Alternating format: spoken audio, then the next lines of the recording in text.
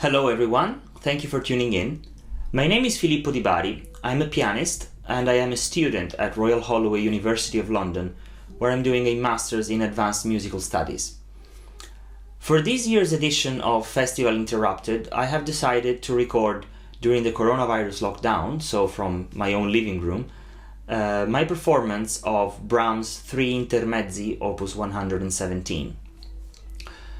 And before moving on to the music, I'd like to say just a few words about the historical context, the moment in Brahms' life when they were composed, and most importantly, I think I would like to say something about my experience with this piece as a performer and as a listener, because I think it's music that requires a very personal outlook and very personal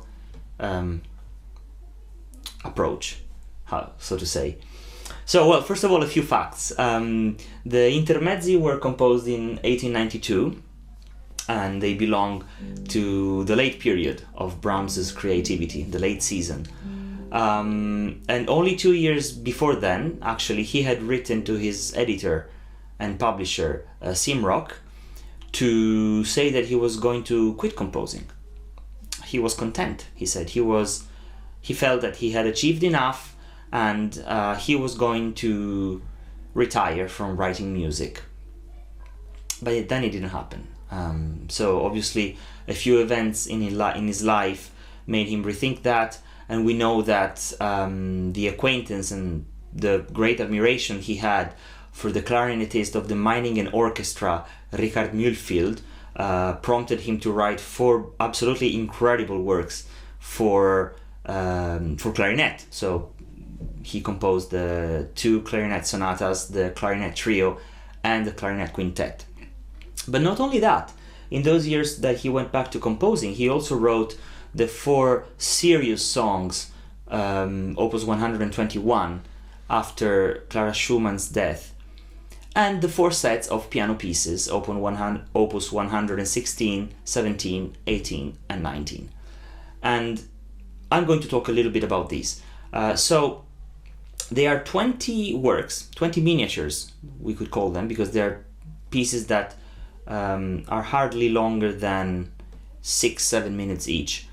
And of 20, 14 bear the title of Intermezzo, which is interesting because the word intermezzo in music normally designates a short piece, first of all, usually not in developmental form, but most importantly a piece of relatively modest emotional scope, relatively somehow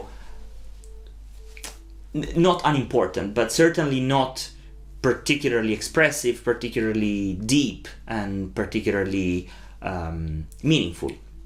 We can find intermezzos usually in between more important works and greater works. We can find intermezzos in opera. It could be a small orchestral intermezzo in between 2 big scenes. We even find a lot of intermezzos in sonatas or in symphonic works. Usually they are shorter movements in between 2 substantial movements.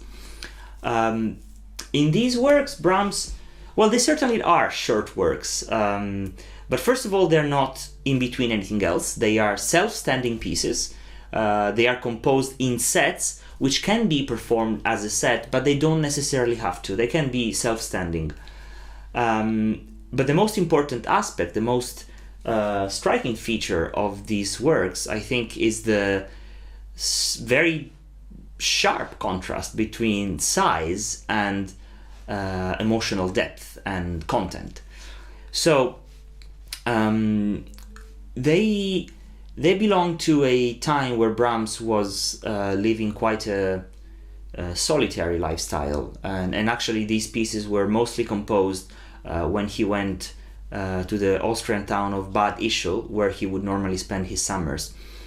And we know that at the time Brahms was, he had always been, but he was even more somehow introvert and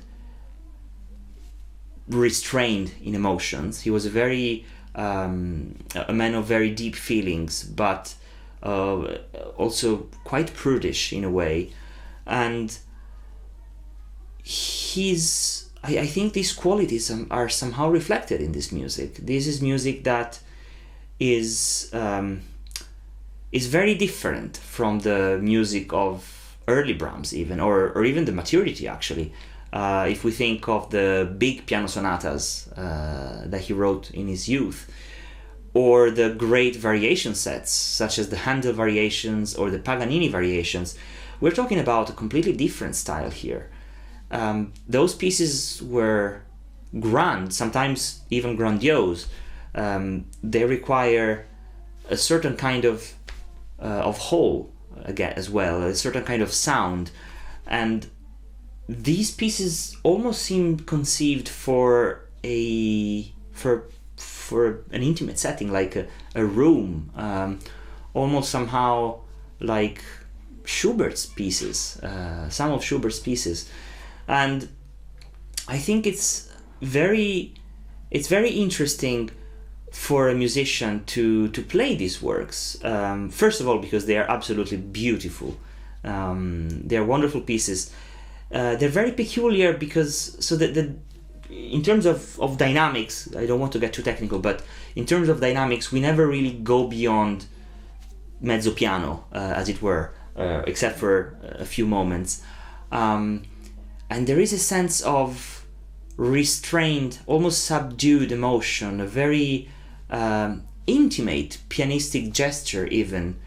They are really pieces more thought, I think, and I think they're pieces more conceived and thought for self-reflection and for playing almost to oneself. Actually, Brahms called these Opus 117, these very pieces that I am playing, he used to call them the lullabies of my sorrows, and as the event is called, cradle songs of my grief. That's taken from Brahms' own designation of these pieces. They are three kind of lullabies. Well, actually, the first one is really a lullaby. It's taken from, it bears an inscription which is from a Scottish ballad which says, "Sleep softly, my kid, sleep softly, because seeing you cry gives me pain." And but aside from their literary inspiration, it is the nostalgic, one could say autumnal mood that pervades this music that is very very evident, I think. And for this reason, it's interesting to perform them and even to listen to them, I think. So as I was practicing these, I was thinking, when I learn a Beethoven piece or a Prokofiev or Chopin or anything else really, I usually have a fairly strong idea set in my mind, which of course can change, but I have an idea of what I want to achieve or of what I'm expecting from that music to sound like and to feel like when I play it or when I listen to it. And when I'm playing it, I can achieve that ideal more or less, or not so much, and be more or less happy with my playing, depending on how it compares to this ideal.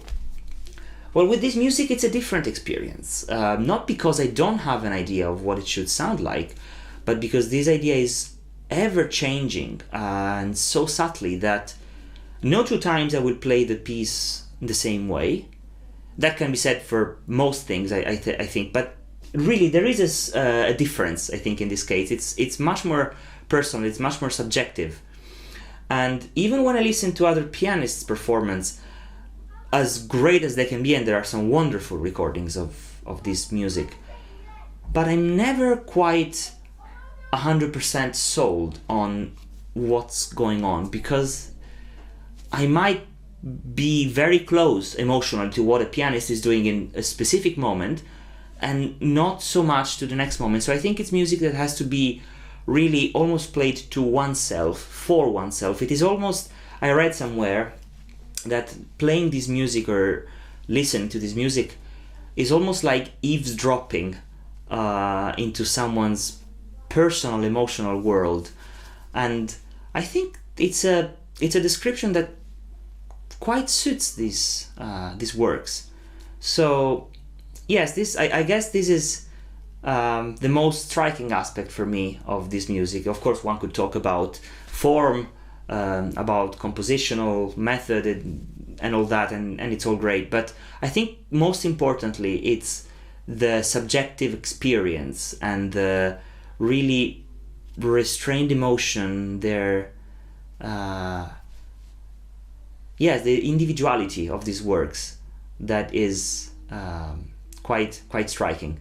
So I hope you will enjoy the performance. Thank you.